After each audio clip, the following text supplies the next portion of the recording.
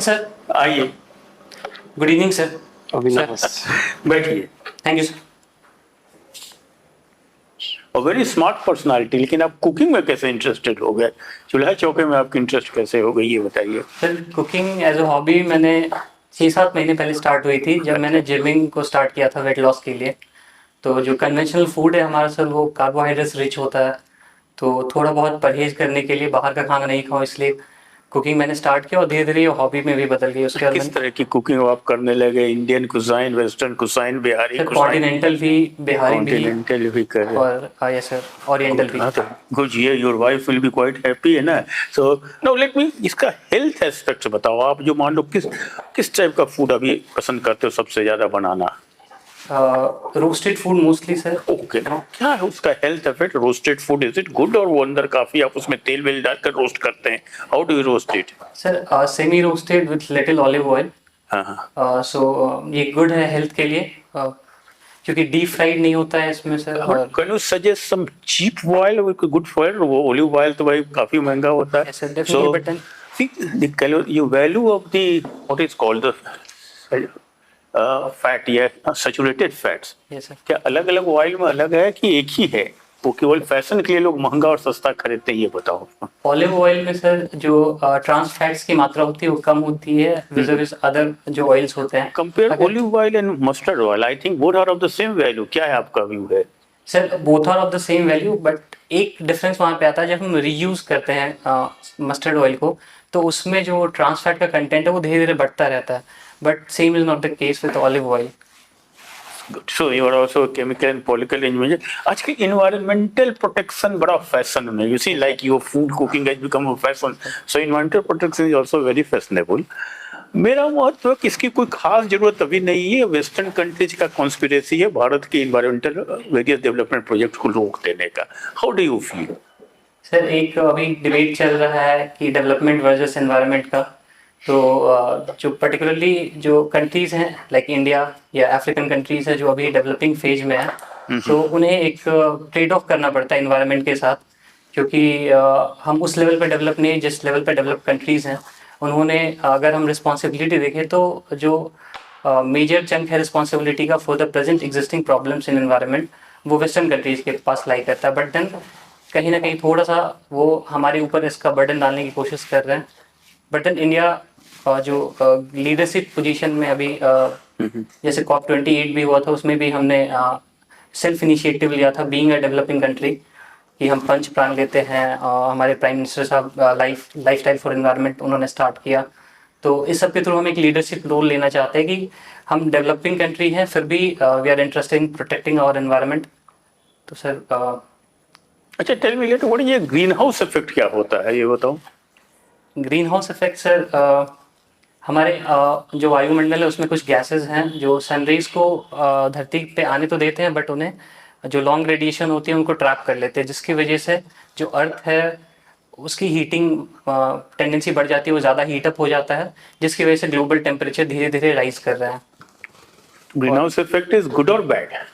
Sir green house actually it's a good effect, but to certain extent, but only in limited because if there is no greenhouse effect the whole earth will be frozen, but then we have passed as per IPCC reports we have to contain the temperature rise till 1.5 degrees Celsius pre-industrial age. So we come to IPCC, you have to later अभी दो। ये green शब्द क्यों environmental वालों के लिए बहुत fashionable है?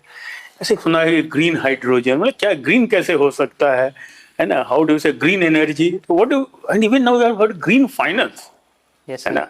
ये ग्रीन पहले तो बताओ, ग्रीन हाइड्रोजन क्या होता है? ग्रे हाइड्रोजन कैसे, कलर कैसे हो जाएगा हाइड्रोजन, आप बताओ हमें। सर बेसिकली जो मैन्युफैक्चरिंग प्रोसेस है हाइड्रोजन का, तो वो उसमें हम कन्वेंशनल एनर्जी भी यूज़ कर सकते हैं और जो रिन्यूएबल एनर्जी वो भी यूज़ करते हैं। जब हम उसमें रिन्यूएबल एनर्जी यूज़ करते हैं तो हमने एक टर्म ग्रीन हाइड्रोजन उसको दिया है। वो एक मानक होता है कि ये क्लीन एनर्जी से बना हुआ है। चलो now let me see what is green finance. काफी, अब ग्रीन फाइनेंस क्या है बताओ? Green is the flavour of the day. Sir मुझे एग्जैक्टली तो नहीं पता ग्रीन फाइनेंस क्या है। नहीं, you have not gate. Okay, now IPCC report की आपने बात की। पहली बात, व्हाट इज दिस आईपीसीसी? और इस रिपोर्ट में क्या सेलिएंट फीचर्स थे? सर आईपीसीसी एक पैनल है साइंटिस्ट का जो रिसर्च एक्टिविटीज़ कंडक्ट करते हैं रिगार्डिंग क्लाइमेट चेंज और साइंटिफिक एविडेंस प्रोवाइड करते हैं कि yes climate change is true, it's happening and means and ways to stop it. So what was it report में क्या था?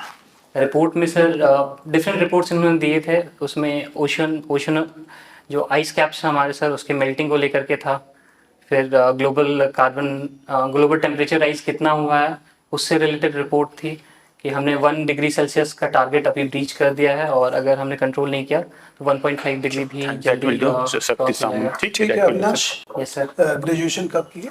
सर 2016 में मैंने ग्रेजुएशन किया। 2016 के बाद से क्या कर रहे हैं? सर 2016 के बाद मैं रिलायंस इंडस्ट्रीज़ के साथ जुड़ा रहा 2 सालों के लिए। वहाँ पे मैंने मेरी इनिशियल ट्रेनिंग वहाँ बॉम्बे में हुई थी, प्रोडक्ट एप्लीकेशन रिसर्च सेंटर, और फिर पेट्रोकेमिकल डिवीजन में मैंने 1.5 साल काम किया कानपुर में। ठीक है, फिर उसके बाद क्या? उसके बाद सर पब्लिक सर्विसेज, फिर मैंने जॉब क्विट की और पब्लिक सर्विसेज की प्रिपरेशन स्टार्ट करी। ये कई प्रकार का आपका ये देखने को मिलता है, केमिकल इंजीनियरिंग करने के बाद आप इधर क्यों आना चाह रहे हैं? सर पब्लिक सर्विसेज के लिए मेरा झुकाव हमेशा से था और मैंने टेक्निकल डिग्री ली क्योंकि मुझे फाइनेंशियल ऑटोनॉमी चाहिए थी। तो एक बार मुझे रियलाइज़ हुआ कि आई हैव डन दैट, तो मैंने क्विट किया, फिर I got into the preparation of the job. अब ये बताइए कि हिस्ट्री आपने लिया है सर अपने सब्जेक्ट को छोड़ करके आप? Yes sir. सर हिस्ट्री का चुनाव मैंने इसलिए किया क्योंकि पब्लिक सर्विसेज जो है सर ये एक जनरलिस्ट जॉब रोल है और इसमें मुझे ह्यूमैनिटी सब्जेक्ट को बहुत अच्छे से समझना था। तो हिस्ट्री मुझे लगा सर कि ये किसी न किसी तरह से हर सब्जेक्ट के साथ जुड़ा हुआ है और इसमें सोर्सेज की कमी नहीं है। थोड़ा सा लंबा है बट बहुत ही कॉम्प्रिहेंसिव है और बहुत ही इंटरेस्टिंग मुझे हमेशा से लगता था ये, इसलिए मैंने सर हिस्ट्री का चुनाव किया। तीन जगह से आपने जो आप जहाँ पहले थे उन जगहों को आपने छोड़ा है। ये सर। पहले आप रिलायंस में काम करते तो उसको आपने छोड़ दिया एग्जाम के लिए।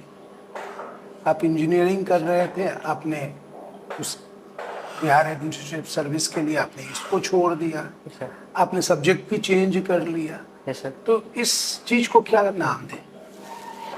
उसके सर बाद डायनेमिज्म सर कह सकते हैं इसे।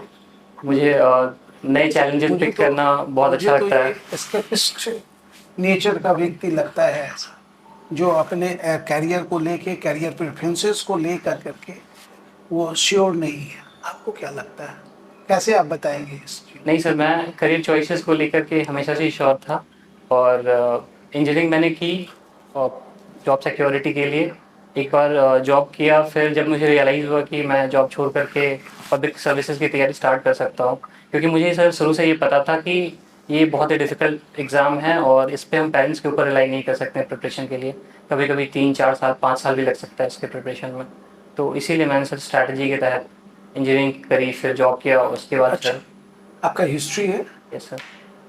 आप मुझे ये बताइए कि इजराइल में जो अभी वॉर हो रहा है वो बेसिकली ऊपर से तो देखने में लग रहा है कि इजराइल और हमास के बीच एक वॉर है, लेकिन बेसिकली ये दो सिविलाइजेशन की लड़ाई है। एक तरफ क्रिश्चियन है और दूसरी तरफ इस्लाम है, और दोनों अलग अलग सिविलाइजेशन के लोग हैं और ये आपस में संघर्ष कर रहे हैं। आपको क्या लगता है कि ये वास्तव में क्लैश ऑफ सिविलाइजेशन है या कुछ और है? सर इसे समझने के लिए हमें थोड़ा हिस्ट्री में जाना होगा। जैसे कि इस प्रॉब्लम की शुरुआत जो मैं समझ पाता हूँ सर, ये 1917 से स्टार्ट हुई थी। बालाफोर डिक्लेरेशन, जब ब्रिटेन ने प्रॉमिस किया था ज्यूज़ को एक होमलैंड। इससे पहले भी जो प्रेजेंट एग्जिस्टिंग इजराइल है वहाँ ज्यूज़ रहा करते थे, बट जब 1453 में फॉल ऑफ कॉन्स्टेंटिनोपल होता है, अरब इन्वेजन होता है, तो वो एरिया अरब्स ने ऑक्यूपाई कर लिया। और 1970 में जब प्रॉमिस हुआ तो उसके बाद ज्यूज़ का इन्फ्लक्स उस एरिया में बढ़ने लगा। फिर हमें पता है सर 1940s में हॉलोकास्ट होता है। उस हॉलोकास्ट के बाद इन्फ्लक्स बहुत ज़्यादा बढ़ गया और 1948 में इजराइल ने खुद को एक इंडिपेंडेंट स्टेट घोषित कर दिया। इजराइल को सपोर्ट था ब्रिटेन का, यूएसए का। तो प्राइमा फेशिया तो देखने में लग रहा है कि ये सर सिविलाइजेशनल कॉन्फ्लिक्ट है, बट वास्तविकता ये है कि ये रिसोर्स के लिए कॉन्फ्लिक्ट चल रहा है। इकोनॉमिक पैरामीटर्स यहाँ पे ज़्यादा स्ट्रॉन्ग हैं, जोग्राफिक पैरामीटर्स ज़्यादा स्ट्रॉन्ग है, विद इट्स सिविलाइजेशन, जो मैं पर्सनल लेवल पे समझ पा रहा हूँ सर। एक कॉन्सेप्ट ये भी है, अभी धीरे धीरे वो प्रोमिनेंट होता जा रहा है, कि बेसिकली इंडिया G20 में जो एग्रीमेंट हुआ था यूरोप से जोड़ने का मिडिल ईस्ट को, और एक कॉरिडोर बनाने की जो बात हो रही थी, ये उसको डिस्टर्ब करने का एक तरीका है ताकि ये चीज़ क्रिएट ना हो। आपका क्या सोचना है? सर ये India West Asia Europe corridor जो था, ये डेफिनेटली इसराइल से हाफिया पोर्ट से पास होना था इसको।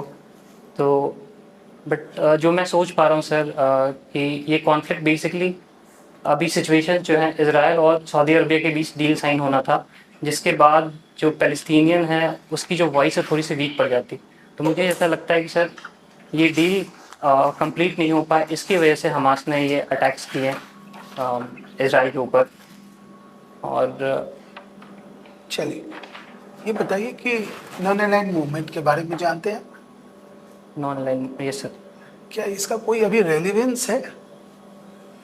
Non align movement sir,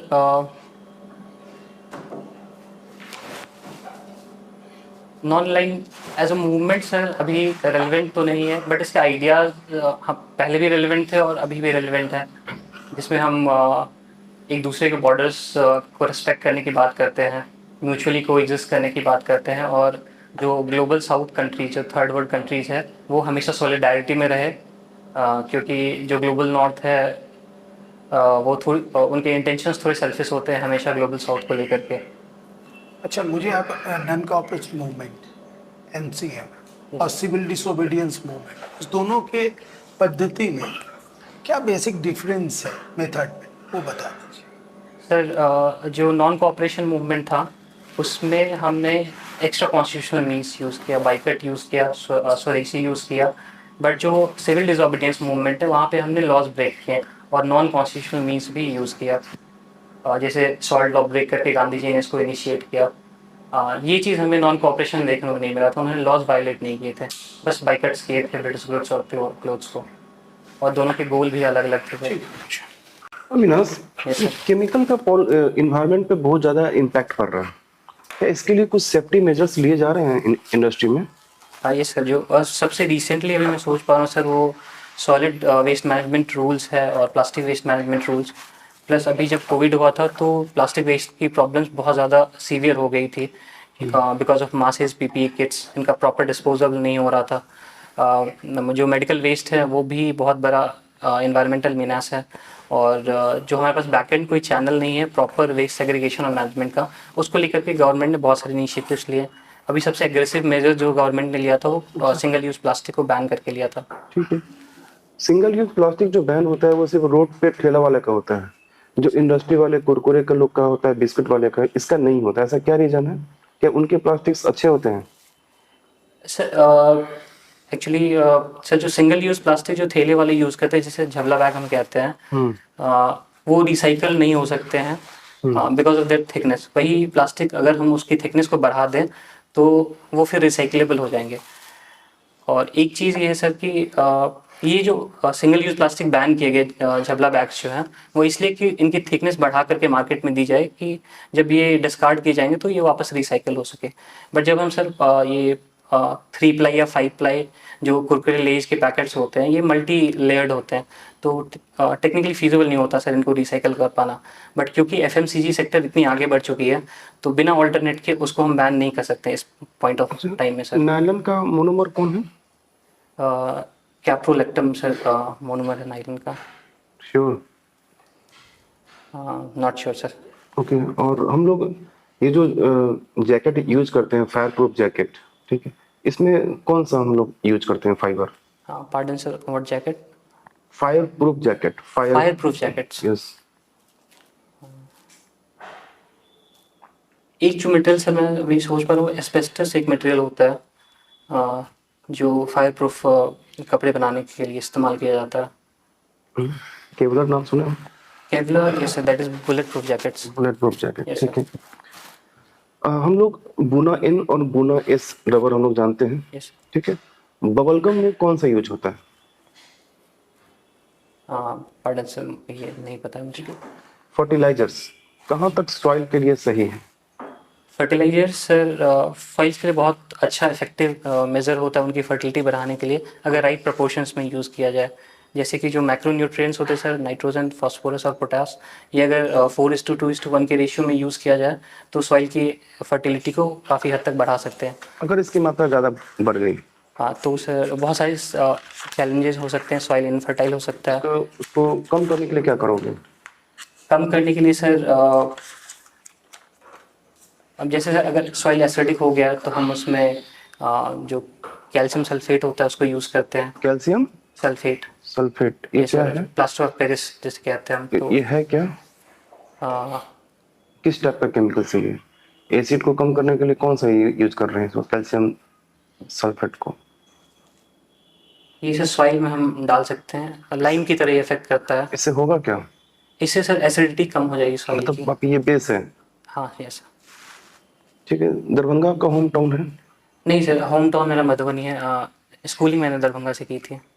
Madhubani की पेंटिंग जानते हो? ये सर मधुबनी की पेंटिंग का शुरुआत कहाँ से हुई थी?